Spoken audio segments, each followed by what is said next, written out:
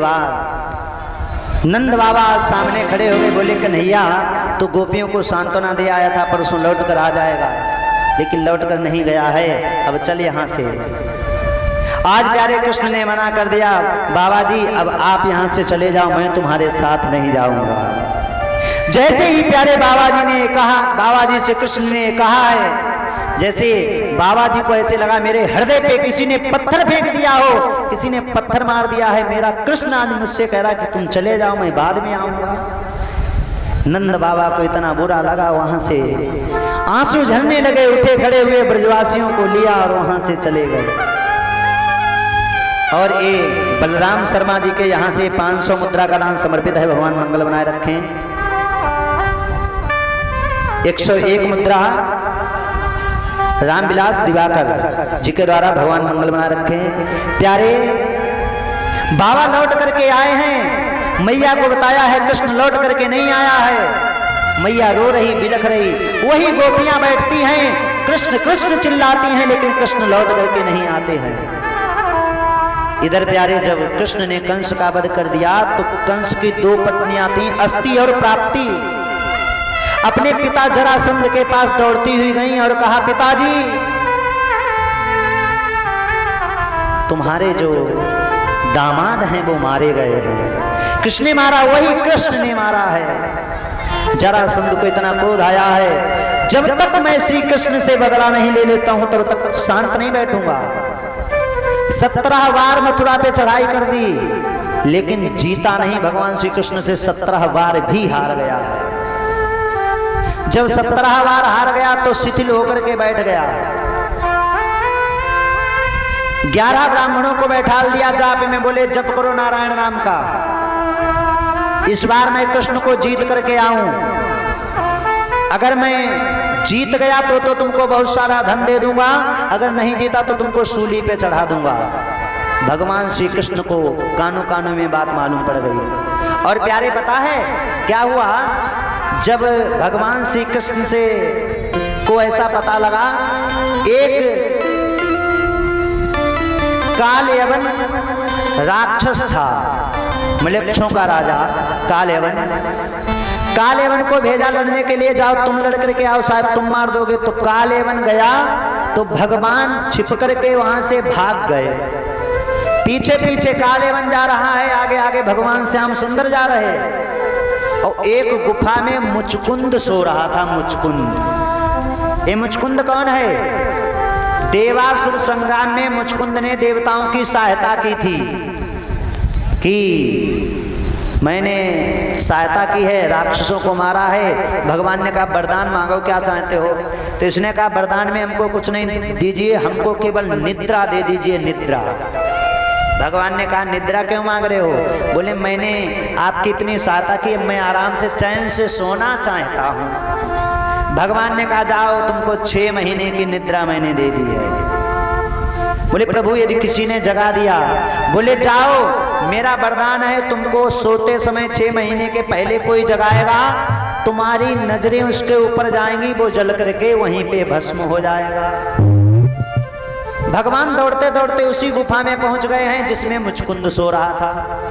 कालयवन को मारा नहीं, और भगवान छलिया तो ही, भगवान ने अपना पीतांबर उतारा और मुचकुंद को सुला दिया, और भगवान एक वृक्ष के ऊपर चढ़ गए। अब ये कालयवन पहुंचा है, कालयवन पहुंच के चिल्लाया है, एक बार ग्वाले, एक कृष्ण तू यहाँ छिप गया है, तू क्या सोचता है बच जाएगा? यहां से भी तू बचेगा नहीं, यहां से भी मारा जाएगा।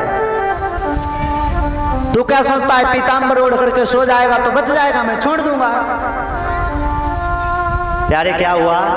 ये गया, इसने धीरे से पीतांबर को पकड़ा, एकदम झटका दिया। जैसे झटका दिया है, पीतांबर को खींचा तो मुचकुंद की इतने में ही नींद खुल गई। अब भगवान वृक्ष के ऊपर बैठे बैठे देख रहे हैं, नींद खुली है। नींद जैसे ही खुली, इसने चारों तरफ देखा, आंखें मिलबलाई, और जैसे ही कालयवन के ऊपर मुचकुंद की नजर गई है, तो जैसे ही नजर पड़ी वहीं पे जल करके ये भस्म हो गया। बोलिए गोविंद भगवान की। वहीं पे जल करके भस्म हो गया। कृष्ण भगवान नीचे उतर आए हैं। भगवान ने कालयवन को भस्म करवाया है। मुचकुंद ने भगवान से बहुत बहुत प्रणाम किया, आशीर्वाद लिया, फिर भगवान वहां से चले गए। अब 11 ब्राह्मण जाप में बैठे ब्राह्मणों से कह दिया या तो मैं कृष्ण को जीत के आऊं, और जीत के नहीं आया यदि तो मैं तुम सभी को सूली पे चढ़ा दूंगा। भगवान कृष्ण को बात मालूम पड़ गई।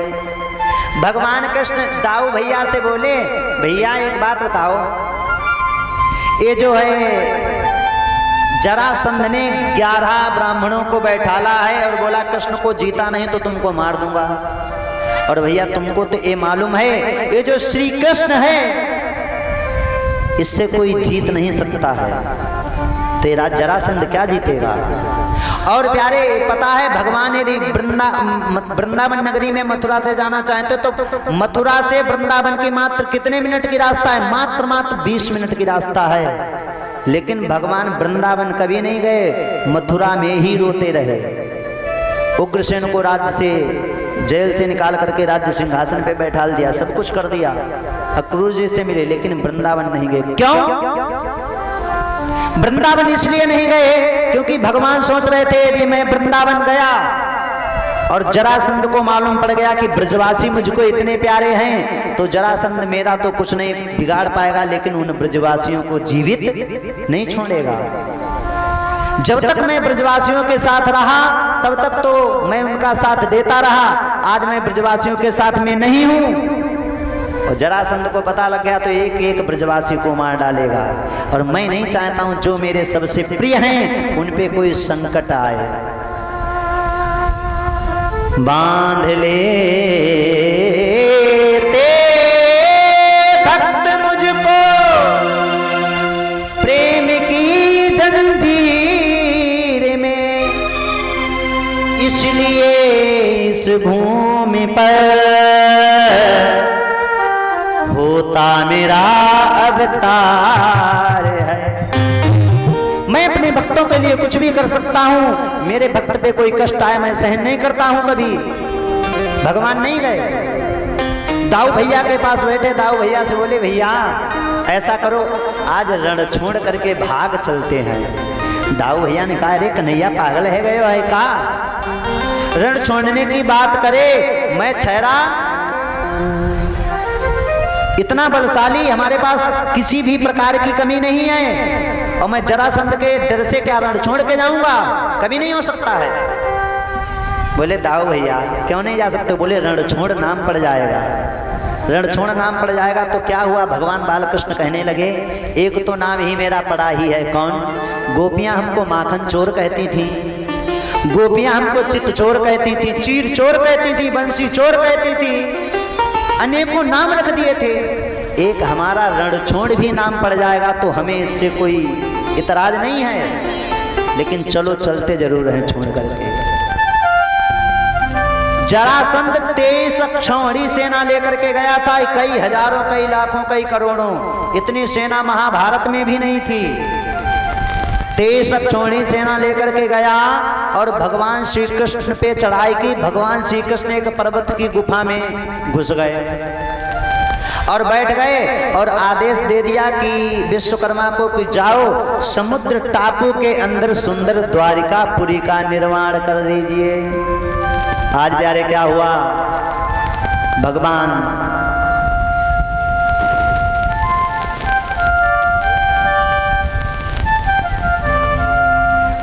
श्री कृष्ण जैसे ही प्यारे टापू के अंदर आदेश दे दिया विश्वकर्मा को, समुद्र के टापू के अंदर मतलब एक द्वारिकापुरी, स्वर्ण की द्वारिका बना दीजिए, समुद्र के अंदर द्वारिकापुरी। भगवान उस पर्वत की गुफा में छिपे और जरासंध ने पर्वत की चारों तरफ से आग लगा दी है। और प्यारे जैसे ही आग लगाई है क्या हुआ है, तुरंत भगवान श्री कृष्ण ने और बलराम भैया ने छलांग लगाई, छलांग लेकर के सीधे द्वारिकापुरी में विराजमान हो गए। बोलिए द्वारिकाधीश भगवान की। द्वारिकापुरी में विराजमान हो गए। द्वारिकापुरी में जब भगवान विराजमान हुए हैं तो धीरे धीरे समय व्यतीत हुआ। भगवान का विवाह तो नहीं हुआ, लेकिन बलराम भैया का विवाह हुआ। रेवत राजा की कन्या थी, रेवती जिसका नाम था। भगवान बलराम भैया का विवाह हुआ, भगवान ने ये देखा। तो बड़े भाई का विवाह हो तो छोटे भाई को आकांक्षा लगी रहती है, मन लगा रहता है कि मेरा भी विवाह हो जाए। तो भगवान भी आराम से सोच रहे हैं कि मेरा भी विवाह हो जाए तो बहुत ही अच्छा होगा। तो प्यारे क्या किया, भगवान देख रहे हैं बलराम भैया का विवाह हो जाए, मेरा भी विवाह हो जाए। तो भगवान का पहला विवाह जो है राक्षस विधि से हुआ है। मैं नहीं कह रहा हूँ, श्री सुखदेव जी महाराज कह रहे हैं। राक्षस विधि से कैसे हुआ है, बड़ा सुंदर वर्णन दिया है। विवाह 4 प्रकार से होते हैं, आपको बताते हैं। सुखदेव जी ने कलम चलाई है। भगवान भीष्म सुता रुक्मणी मृचिरानना राक्षसेन विधानेना। श्लोक में आ गया है राक्षसेन विधानेना उपेमैति श्रुतं। भगवान का पहला विवाह हुआ है राक्षस विधि से, उपएम इति श्रुतम। विवाह 4 प्रकार से होते हैं माताओं बहनों भाइयों। 4 प्रकार के कौन से होते हैं, ध्यान दीजिएगा। आजकल विवाह जल्दी क्यों टूट जाते हैं, क्यों नहीं चलता, 1 साल तक चला विवाह, बाद में पता वो उधर कागज बनवाए घूम रहे, वो उधर कागज बनवाए घूम रहे, कोर्ट के चक्कर लगा रहे, छुटौती करवाते घूम रहे हैं। इसका विशेष कारण है, जब से प्रेम विवाह चलने लगे तब से जन समाज है इतना परिवर्तन हो गया है, बिगड़ने लगा है। पहला विवाह बताया गया है ब्राह्म विवाह, दूसरा विवाह बताया गया है गंधर्व विवाह, तीसरा विवाह बताया गया है राक्षस विवाह जो भगवान श्री कृष्ण का स्वयं हुआ है, और चौथा विवाह बताया गया है पैशाच विधि। पैशाच विवाह जो सबसे भद्दा है, जो सबसे भद्दा है, ये विवाह बताया गया है। प्यारे क्या हुआ, पहला विवाह ब्राह्मण विवाह कैसा होता है, जो ब्राह्मणों को बैठा करके सुंदर 7 फेरे लगते हैं, करवाया जाता है विधिवत मंत्र उच्चारण करके। विवाह में क्या देखा जाता है, ज्योतिष में मिलाए जाते हैं गुण।